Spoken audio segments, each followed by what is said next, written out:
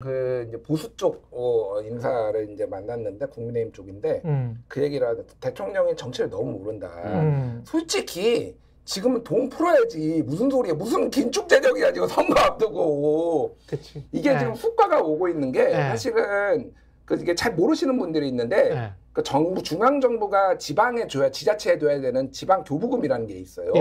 그게 법을 이제 예산안이 이제 국회를 통과하는 거니까 이거는 꼭 줘야 되는 거예요. 근데 지난해 이제 57조 원이 펑크가 났잖아요. 세수가. 그래서 기재부가 마음대로 지방 교부금 안 줘버렸어요. 그랬다 그러대. 그래가지고 지자체들이 일부가 지금 권한쟁의 심판을 헌재에 걸었어요. 권한쟁의 심판이 뭐냐면은 이쪽 우리가 침해받았다. 우리 권한을 받을 권한을 쉽게 얘기를 하면 이거 이제 돈을 받을 수 없겠지만은 이 부분에 있어서 명확하게 하기 위해서 이제 나중에 나올 거예요. 그게.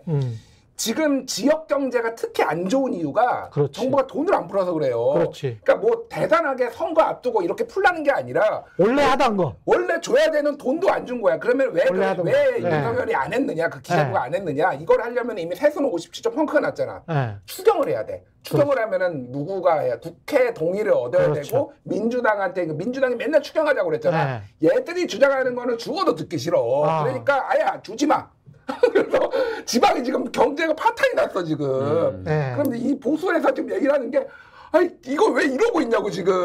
이렇게 뻔한데 돈을 풀어야지. 지금 이 얘기들이 막 나오고 있어 지금. 그러니까 이게 지금 한 2주 남았습니다. 2주 남았는데 뭐 어떻게 보세요? 극복할 수 있는 시간 그리고 전략 뭐 이런 게 있을까요? 일반적으로 판이 2주 남고 뒤집힌 적은 별로 없고 특정의 어떤 정치 세력의 붐이 일었을 때 그게 유지돼서 상승세를 기록하거나 이런 게 있습니다. 대표적인 게 2016년에 국민의당이에요. 국민의당이 최종적으로 그 비례 정당 정당 득표 26% 했거든요. 많이 했구나. 그때 민주당이 25% 했어요. 그러니까 3등 했어요. 민주당이. 새누리당이 33%로 1등, 국민의당이 26%로 2등, 민주당이 3등 했는데 이번에도 약간 비슷하게 될 것 같아요. 사실은. 민주당이 조국 혁신당에 밀릴 수도 있다. 더불어민주당에. 근데 그때 이 2주 남겨놓고 계속 올랐어요. 그때 10%대였거든요. 그런데 국민의당 바람이 불면서 점점 올라가가지고 26까지 찍었단 말이에요. 이런 경우는 있는데 예를 들면은 열세인데가 갑자기 막 엄청나게 막 뒤집히고 이런 경우는 흔치는 않아요. 거의 저는 본 적이 없습니다. 그렇죠.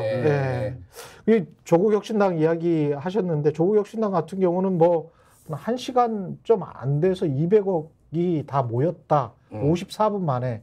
이거는 뭐 총선 펀드니까 총선 펀드로 받았다가 나중에 돌려주는 거죠. 그렇죠. 정당 보조금 받으면. 정당 보조금 받으면 돌려주는 거고 이자까지 두둑히 쳐서 5%인가 뭐 그 정도 주는 뭐 세네요. 그러니까 며칠 되지도 않는데 5%야? 몰라. 그래 나도 늘 거. 아니 이거는 고수익이네. 며칠 되지도 않는데. 대출을 좀 받아야겠다. 근데 이미 끝났어. 끝났어요. 이미 끝났어. 54분 만에 끝났고 한 몇십억이 더 모여가지고 그건 또 반환했대요. 그래서 알았으면 나도 넣었을 거야. 이거 5% 그냥 먹는 거 아니야. 민주당은 어떻습니까? 그러면 지금 분위기가 좋습니까? 아니면은 민주당은 여기에서 더 끌어올릴 수 있는? 연 3.65%네요. 연 3.65%. 그저 그러네. 그저 그러네. 그렇진 않다. 그러면 뭐 기간으로 생각을 하면 1%도 안 주겠는데? 뭐 그렇죠? 국고보조금 받으려면 그래도 좀 0. 얼마 0. 몇 % 주겠네. 나쁘진 않아요. 나쁘진 않아. 근데 거기에 이제 후원한 사람들이 뭐 돈을 돌려받기 위해서 후원했다기보다는 뭐 그 정도의 열기가 있다는 거 아니에요. 200억이라는 액수는 뭐 쉽지 않은 액수인데. 어쨌든 지금 민주당 지지자들은 사실 분위기가 굉장히 많이 올라온 것 같아요. 민주당 지지자들. 그러니까 총선 날만 지금 꼽아놓고 기다리고 있는 좀 그런 상황인 것 같고. 범야권 지지자들이라고 할 수 있겠죠. 그렇죠. 범야권 지지자들이 그런 것 같고 민주당 같은 경우에는 좀 이제 몸조심하자는 분위기가 내부에 좀 있더라고요. 그러니까 사실 지난 선거 때 이제 180석 정도를 했지만 여기서 좀 몇 표 차이로 왔다 갔다 할 수 있는 뭐 1, 2% 차이로 왔다 갔다 할 수 있는 지역도 꽤 많았거든요. 그러다 보니까 이제 이게 마지막에 좀 실수하거나 아니면 뭔가 좀 잘못 풀리면은 좀 이 판세가 좀 이게 좀 나빠질 수가 있다. 좀 그런 생각을 하고 있는 것 같고 민주당은 좀 몸조심. 민주당 지지자들은 굉장히 좀 신나 있는 그런 상황인 것 같습니다. 근데 범야권이라고 제가 이야기를 했는데 새로운 미래에도 보면 야권으로 볼 수 있어요. 어떻게 보십니까? 아니, 그러니까 뭐 그냥 여당 아니면 다 야당이죠. 뭐 여당 아니면 다 야당이다. 새로운 미래를 그렇다고 야권이 아니라고 보기는 그렇고 거기에도 윤석열 정부 심판도 얘기하지만 뭐 이재명의 뭐 대표에 대해서도 부정도 얘기하니까 그거를 아니라고 보기는 힘들고 다만 이제 어쨌든 새로운 미래가 어려운 부분은 지금은 어쨌든 전선이 윤석열 정권 심판으로 이렇게 선명하게 너무 선명해. 너무 선명해. 너무 강해요. 그러니까 그거를 그러니까 이게 뭐가 있냐면은 지지자들도 다 학습 효과들이 있는 거예요. 그렇죠. 보수 진영의 학습 효과는 박근혜 탄핵을 우리가 했던 거를 후회한다. 뭐 이런 게 있어요. 그래서 탄핵이 생각보다 보수층의 완강 만약에 뭐 윤석열 정권 뭐 이제 탄핵이 뭐 이런 총선 이후에 굉장히 완강한 저항에 이제 있을 거고. 그럴 것 같아. 민주당 특히 호남 지지자들의 학습 효과는 뭐냐면은 2016년에 민주당이 마음에 안 들어서 국민의당 한번 밀어줘봤는데 얘들 뭐 국민의힘으로 가버렸잖아요. 별로. 국민의힘으로 가버리고 시덥지 않은 거야. 그렇지. 그러니까 지역구에서 얘들을 밀어주는 게 상당히 이제 부담이 있고 리스크가 있다라는 생각을 많이 하는 거예요. 그러니까 그게 이제 이번에 이렇게 새로운 미래와 조국혁신당이 극명하게 갈린 이유 중에 하나인 거죠. 정치 지형도 굉장히 많이 바뀔 수가 있을 것 같은 게 개혁신당의 여부, 그 다음에 정의당 이쪽이 어느 정도 의석을 차지하느냐에 따라서도 앞으로 정의당은 굉장히 힘들어질 수도 있겠다 이런 생각이 좀 들기는 해요. 정의당은 지금 지지율이면요 의석 한 석도 안 나올 수도 있어요. 한 석도 안 나올 수 있어요? 예. 왜냐하면은 비례도 이제 3%가 안 돼 지금 현재 지지율대로라면 그렇죠.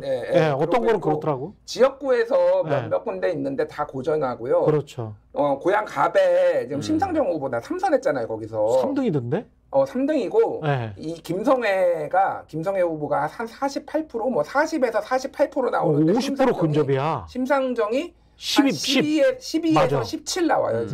맞아. 3배 차이가 이상 납니다. 그래서 민주당이 그 정도로 약간 정의당이 고전을 하고 있고 아마 저기 이제 민주당을 제외한 정계 개편이 좀 있을 것 같아요. 제가 보기엔. 근데 이제 진보당 쪽에 오히려 흡수될 수도 있겠다. 저 입틀막 제일 처음에 다녔던 진보당의 강성희 의원 있는. 그리고 왜냐하면 이번에 어쨌든 비례로 그러니까 더불어민주연합에서 이제 3석 정도를 진보당이 가져갈 거고 지금 부산 연제구에서는 그 야권 단일 후보가 이름도 맨날 까먹어. 김희정 연제구에서 이제 김희정이 나왔는데 김희정 나왔구나. 거기에서 이겨요 지금. 진보당 후보가 여론조사상으로는 거기가 완전 보수거든요. 그래서 80년대 이후로 딱 한 번 소위 말해서 야권이 그러니까 민주당 계열 진보가 이긴 적 한 번밖에 없어요. 근데 지금 뭐 하여간 그런 상황이에요. 그래서 약간 진보당 계열 쪽으로 정의당이 이제 많은 개파들이 이탈해가지고 정의당이 와야 될 수도 있겠다 그런 생각도 들어요. 개혁신당은 한두 석이라도 가져갑니까? 개혁신당 말씀.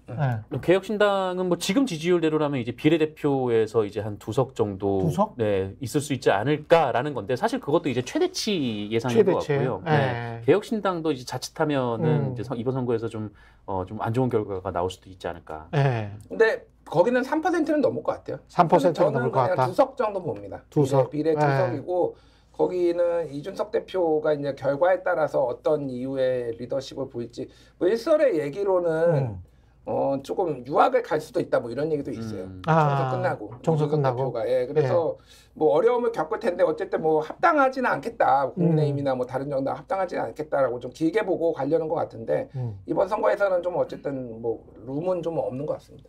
여기까지 정상근 정치전문기자 김준일 시사평론가였습니다. 고맙습니다. 고맙습니다. 스픽스는 말하는 언론입니다. 대세는 유튜브, 그중에서 스픽스. 좋아요, 댓글, 구독, 알림 설정. 여러분이 저희를 사랑해 주시고 우리가 여러분을 사랑하는 4가지 방법입니다.